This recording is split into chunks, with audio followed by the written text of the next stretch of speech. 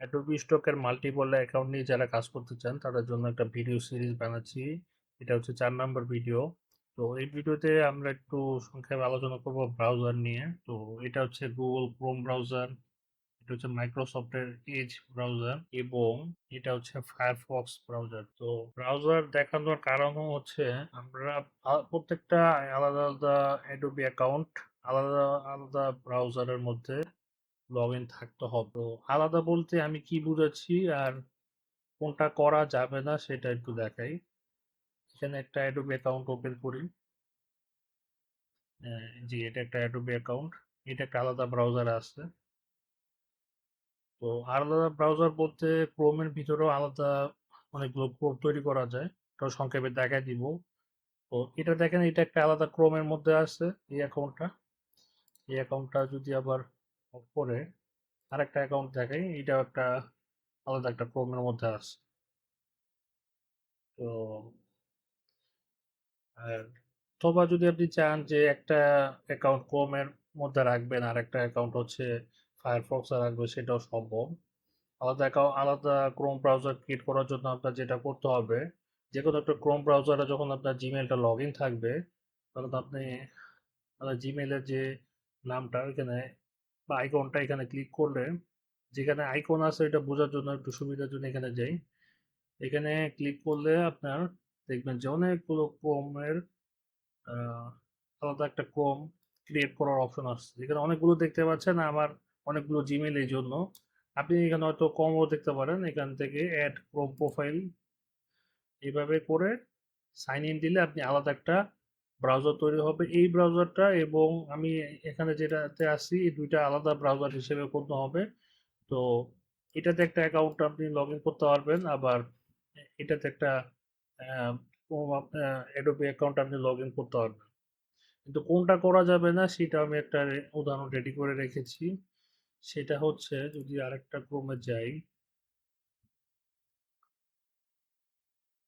আমি একটু আগে যেভাবে দেখিয়েছিলাম যে ক্রোমের এখন যে প্রোফাইল পিকচারটা দিই আমরা, সেখান থেকে অ্যাড ক্রোম প্রোফাইলে ক্লিক করে আমরা একটা আলাদা ব্রাউজার ক্রিয়েট করি। এইভাবে যেহেতু যদি লগ ইন করা যায়, এর পাশাপাশি আবার আরেকটা পদ্ধতিও কিন্তু ক্রোম বা জিমেল লগ ইন করা যায়। সেটার জন্য আমি আরেকটা আহ, উদাহরণ রেডি করে রেখেছি।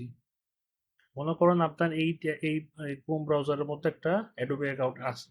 আপনি কি করলেন, এখানে ক্লিক করে আহ, এখানে ক্লিক করে আহ, আরেকটা জিমেল এখানেই লগ ইন করলেন।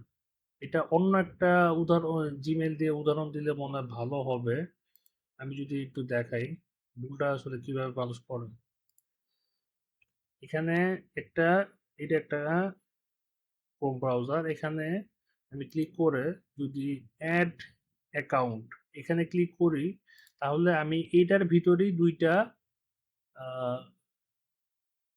জিমেল আমি লগ ইন করতে পারবো। দুইটা জিমেল দুইটা আলাদা ক্রোম হিসেবে কাজ করবে, কিন্তু এইভাবে লগ ইন করলে কনফ্লিক্ট তৈরি হওয়ার সুযোগ থাকে। যেই সুযোগটা আমি এখানে একটা অলরেডি আপনাদের জন্য দেখানোর জন্য যে করে রেখেছি। এখানে দেখেন একটা জিমেল যেটার নাম হচ্ছে তাহমিদ 251। আবার এখানে কিন্তু আরেকটা জিমেল আছে, শো মোর অ্যাকাউন্ট। এখানে কিন্তু আরেকটা জিমেল আছে যেটার নাম হচ্ছে রুনা 42563।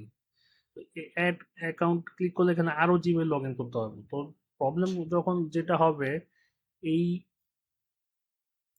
এই তাহমিদ 251 এর মধ্যে যদি একটা অ্যাডোবি অ্যাকাউন্ট থাকে, আবার এটার ভিতরেই যদি রুনা যেটা যে একটা ইমেল, এই রুনা ইমেলের ভিতরে যদি আরেকটা অ্যাডোবি অ্যাকাউন্ট থাকে, তখন তখন যেই চান্সটা থাকে, এই দুই অ্যাকাউন্টের মধ্যে একটা ক্ল্যাশ বা একটা কনফ্লিক্ট তৈরি হতে পারে। কারণ একই ব্রাউজারের আন্ডারে এটা দুইটা ক্রোমের ভিতরে দুইটা অ্যাকাউন্ট রানিং হচ্ছে। এই কাজটা করা যাবে না। অনেকে ব্রাউজার সম্পর্কে ন্যূনতম ধারণা থাকে না, তারা মাল্টিপল অ্যাকাউন্ট নিয়ে কাজ করার জন্য উঠে পড়ে লাগে।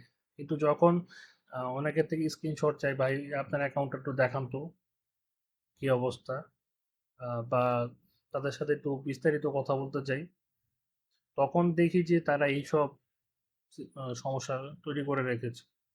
ঠিক আছে? তো আরো অনেক ভুল আছে যেগুলো আমরা পরবর্তী ভিডিওগুলোতে দেখব।